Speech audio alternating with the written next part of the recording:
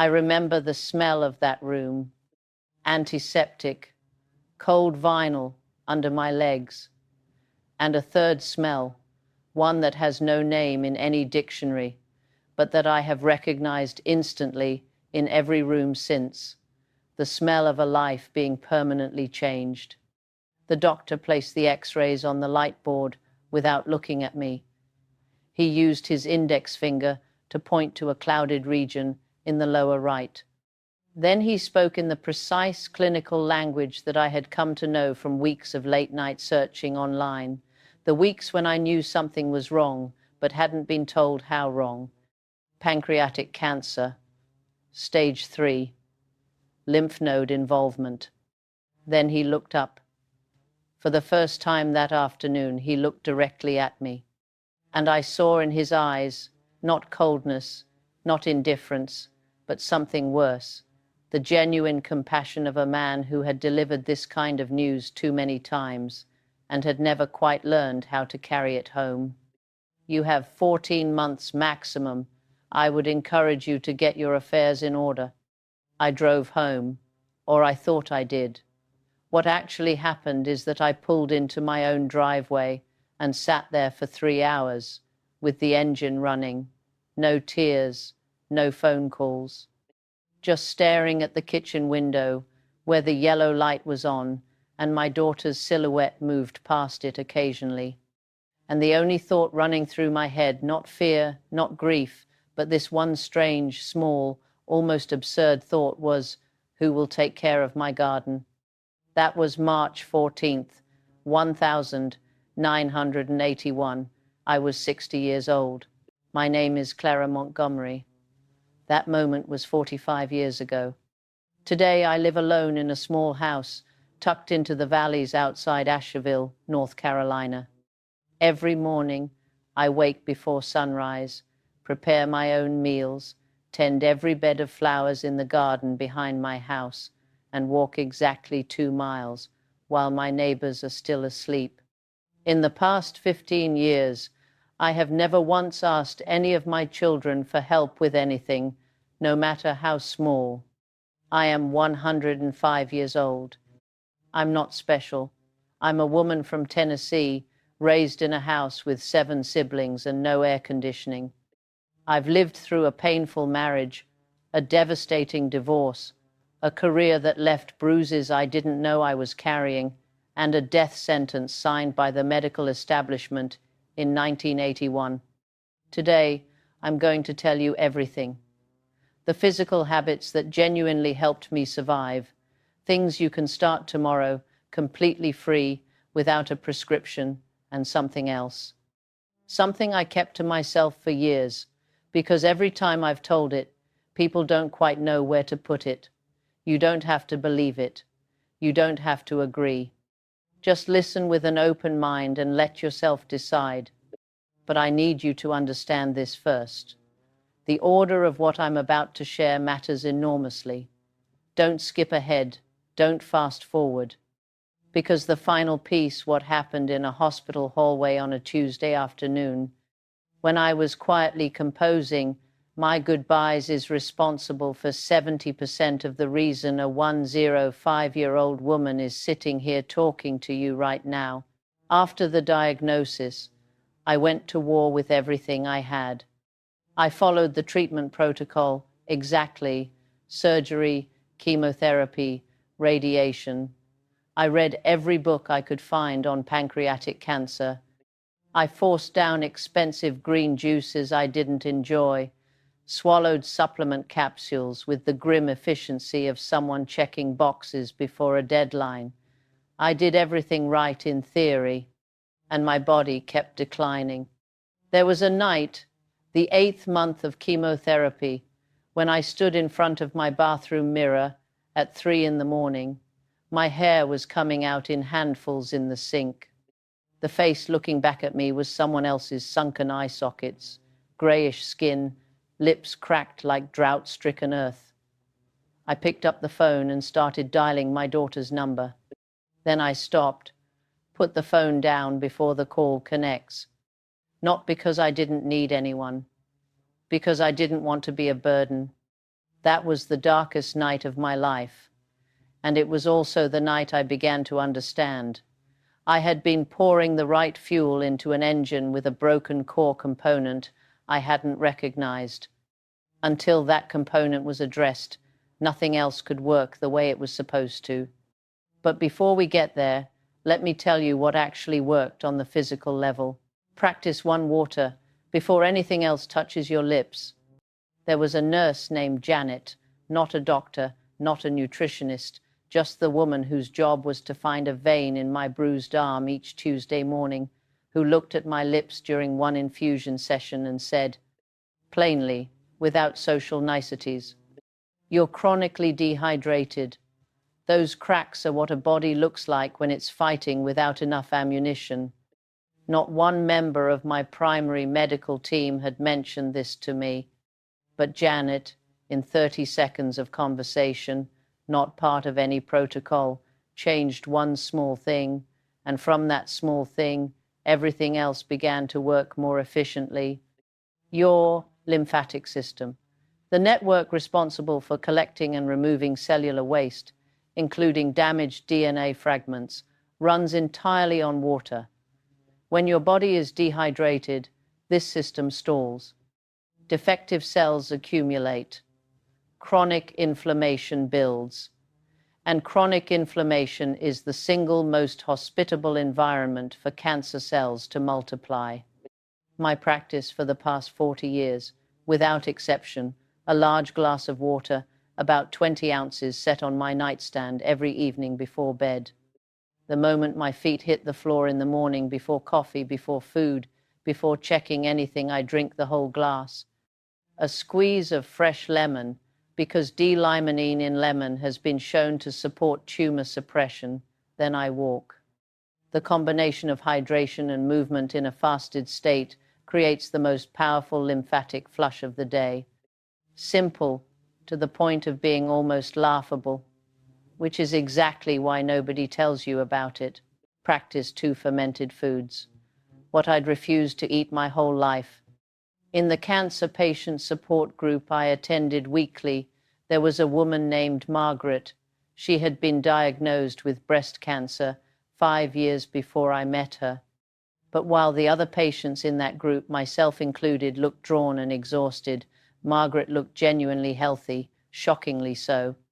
One evening after the group meeting ended, I followed her to the parking lot and asked her directly, "What are you eating?" She opened her bag and took out a small jar. Sauerkraut, homemade, just cabbage and salt. I went home and started. Kefir every morning. A spoonful of sauerkraut with every meal. Inexpensive, uncomplicated. And within 90 days, a low-grade burning sensation that had lived behind my eye sockets and in my joints for years began quietly retreating. I understood the mechanism later. When the beneficial bacteria in your gut ferment dietary fiber, they produce butyrate, a short-chain fatty acid that triggers apoptosis, the natural death process, in precancerous cells before they can replicate. Your gut isn't just where food gets digested. It's the manufacturing plant for your immune system. When you starve it with processed, sterilized food, you are disarming yourself before the battle begins. Practice 3 walking, not for fitness, but to create a hostile environment for cancer. There was a morning when I couldn't walk to my own mailbox. 30 meters. I stood in the doorway looking out at it, and I knew I didn't have enough strength. My neighbor Dorothy, 72 years old at the time, saw me standing there. She walked over and said, "I'll go a short way with you." We walked to the mailbox and back. 20 meters round trip. The next morning, she came again. We went to the oak tree at the end of the block, then to the corner, then half a mile, then 2 miles. The biological mechanism. Cancer cells are glucose hungry and very poor at using oxygen for energy. When you walk at 55 to 70% of your maximum heart rate, the pace where you can hold a conversation but not sing, you are delivering 2 simultaneous strikes. draining excess blood sugar and flooding deep tissue with oxygen. Cancer cells cannot thrive efficiently in that environment. A 2020 analysis of 1.4 million adults showed that regular moderate exercise reduces colorectal cancer risk by 42% and breast cancer risk by 38%, completely free, no prescription required. Practice 4 broccoli sprouts, and the mistake I made for 6 months. For the first 6 months, I was eating broccoli sprouts. I was doing it completely wrong. I was cooking them at high temperatures. And in doing so, I was destroying the enzyme myrosinase, the only thing that can activate sulforaphane, the compound present in raw broccoli sprouts at 50 times the concentration of mature broccoli. Sulforaphane activates the NRF2 genetic switch, which simultaneously regulates more than 200 protective genes, antioxidation, detoxification, and DNA repair. Research from Johns Hopkins and the University of Illinois shows it can directly attack cancer stem cells, the stubborn cells that standard chemotherapy often misses, and the primary reason cancers recur. The correct method: chop or bruise your broccoli sprouts. Let them sit on the cutting board for 40 minutes. The chemical reaction needs that time. If you prefer them cooked, steam gently for 3 to 4 minutes only, and sprinkle mustard seed powder on any cooked cruciferous vegetables, because it contains independent myrosinase enzyme that restores sulforaphane bioavailability by up to 4 times. Practice 5 sleep, not 8 hours. The right 8 hours. During deep sleep stages 3 and 4, your body produces melatonin at peak levels. Melatonin is not simply a sleep hormone. It is one of the most powerful endogenous antioxidants humans possess. It directly inhibits tumor angiogenesis, the process by which tumors build their own blood vessel networks to grow, and activates natural killer cells at maximum capacity. Natural melatonin production drops by approximately 70% between the ages of 40 and 70. This was information nobody in my medical team gave me during my first 2 years of treatment. My protocol: in bed by 10 p.m. Complete darkness, not a single light source, because blue light immediately suppresses melatonin production. Room temperature between 65 and 68 degrees Fahrenheit. No food for 3 hours before sleep, so the body can redirect energy from digestion to cellular repair.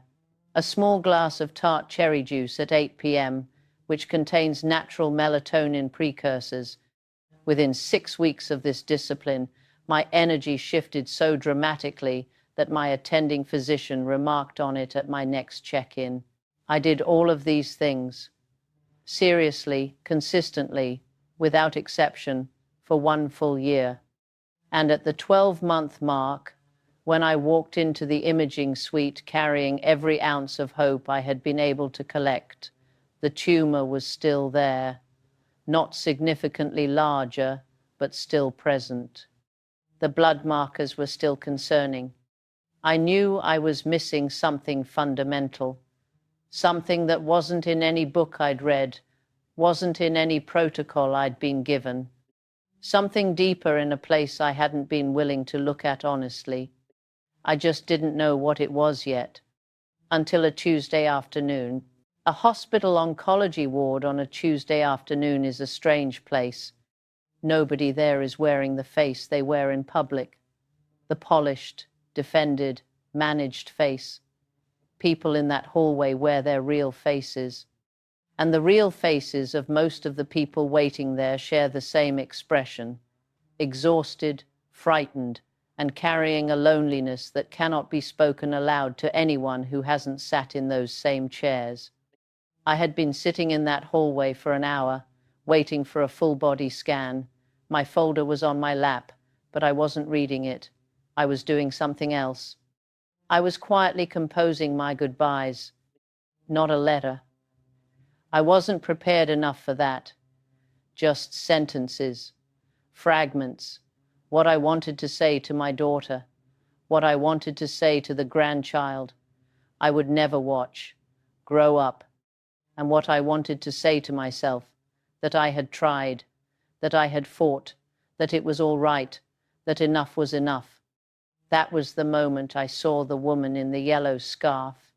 She was walking from the far end of the hallway toward me, unhurried, not carrying a medical file, not moving with the anxious efficiency of a patient or a worried family member. She walked with the lightness of someone entirely unburdened by the weight of the space around her. The first thing I noticed was her skin. In a hallway full of pale, drawn faces, her skin had a luminosity that I can only describe as ageless. Not young, not old, just alive. Then she looked up, and I knew her. Evelyn Hartley. We had sat next to each other in a literature class in college 40 years earlier. I recognized her not because I had thought of her in the years since, but because of her eyes. Amber, very light, very still, eyes I had known since our mid-20s. But something was wrong. Evelyn was 73 years old. She didn't look 73, not because of surgery or hair dye, because of something from the inside, an energy, a stillness, a quality I didn't have a word for. She looked like a woman at the absolute peak of her health. She sat down beside me. We talked for 90 minutes. And she didn't begin with, "Are you all right?" or "How is the treatment going?" She looked at me and asked a single question that stopped me completely. "Clara, who are you silently at war with?" I didn't answer immediately, but 3 names surfaced in my mind without being called. Julian, Raymond, Beatrice. Julian was my ex-husband. We were married for 15 years. Not the kind of marriage that breaks in obvious ways, not with shouting or violence, but with the slow, grinding erosion of silence and distance that wears a person down without leaving marks you can point to and say, "Here, this is specifically what destroyed me." One evening, I came home after working late. The hook in the entryway where Julian always hung his blue wool coat every winter was bare.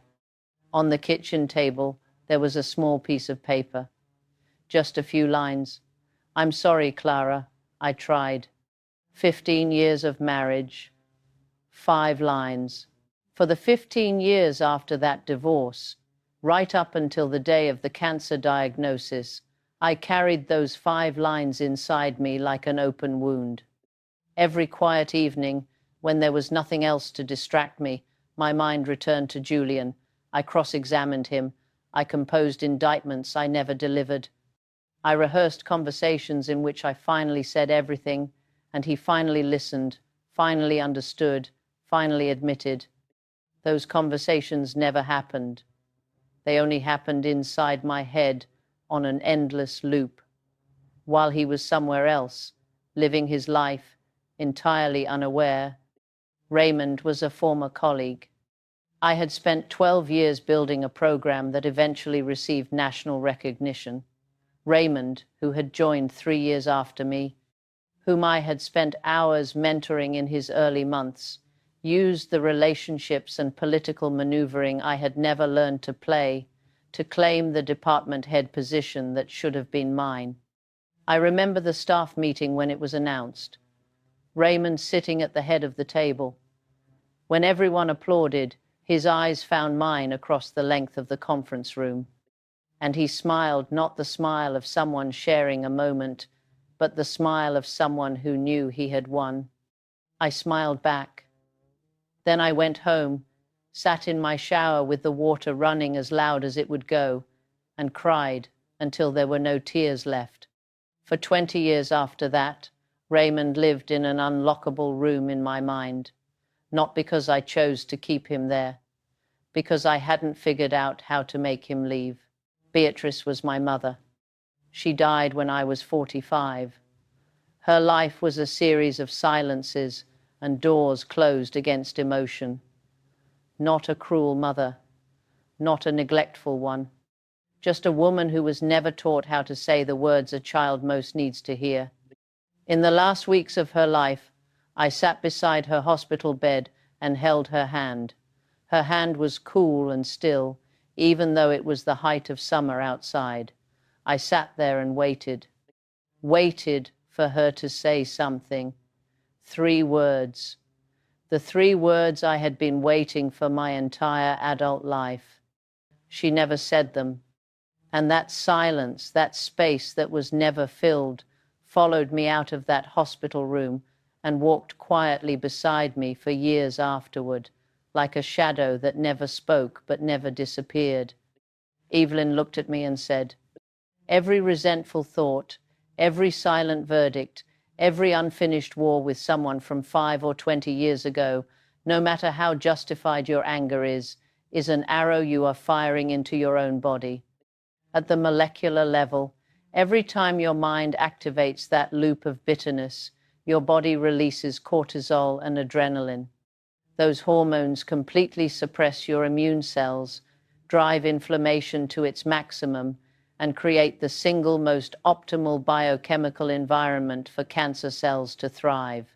This isn't metaphor. This is biochemistry." She paused. Then she said one more thing I have never forgotten. "The only person being burned alive by that fire of resentment isn't them, Clara. It's you. They are out there living their lives, probably not thinking about you at all. And you are sitting here in an oncology ward with a tumor in your pancreas, still spending your life force on wars they don't even know are happening." I sat in that hallway alone for 30 minutes after Evelyn left, not thinking about the tumor, not thinking about the scan, just sitting with 3 names and asking myself honestly, how much of my life, how much of my body's resources had I spent keeping them there? That night I lay alone in the dark, no ritual, no candles or ceremony, just me and 3 names in complete quiet. I thought about Julian, the empty coat hook, the 5 lines on the kitchen table. I didn't tell myself what he did was right. I just asked, do I want to die at war with this man? The answer was no. I sent not in words, not to him, just as a thought in the quiet, I release you, Julian, and I release myself. Then Raymond. The smile at the head of the table, 20 years of occupation in my mind. You won, and I am not willing to spend another second of whatever life I have left still fighting you. I release you. And Beatrice, the cool, still hand in the summer hospital room, the 3 words never said. You didn't know how to say them. I understand that now. I don't need to hear them anymore, to know that I deserve to be loved. I release you, and I release myself. No light came from the sky, no music, just a different silence, lighter this time, the way a room feels lighter after you've finally opened the windows. Over the next 12 months, my inflammatory blood markers dropped dramatically in ways that Dr. Andrews could not account for based on the current chemotherapy dosage alone. My energy came back. Color returned to my skin. I began waking in the mornings without having to force myself out of bed. At the 24-month imaging appointment, Dr. Andrews removed his glasses, rubbed the bridge of his nose, and used a word that he told me he was very careful about with stage 3 pancreatic cancer patients. Clear. I walked out of the hospital into the afternoon sun, and for the first time in more than 2 years, I wasn't thinking about fighting. I was just standing there, in the light, breathing. I'm not sitting here telling you that positive thinking cures cancer. I believe in the glass of water in the morning. I believe in the broccoli sprouts and the miles walked and the dark, quiet room for sleeping. All of it is real, and all of it matters. But what I want you to genuinely consider today is this. You may be doing 30% of what needs doing, drinking enough water, eating the right foods, exercising consistently, and still feeling depleted in a way you cannot explain. The other 70% is not in any supplement jar. It's not on any label. It doesn't appear on the list your doctor gives you when you leave the hospital. It lives in the quietest room of your mind, the one you don't visit often, and that is exactly why it governs everything, silently, without your permission.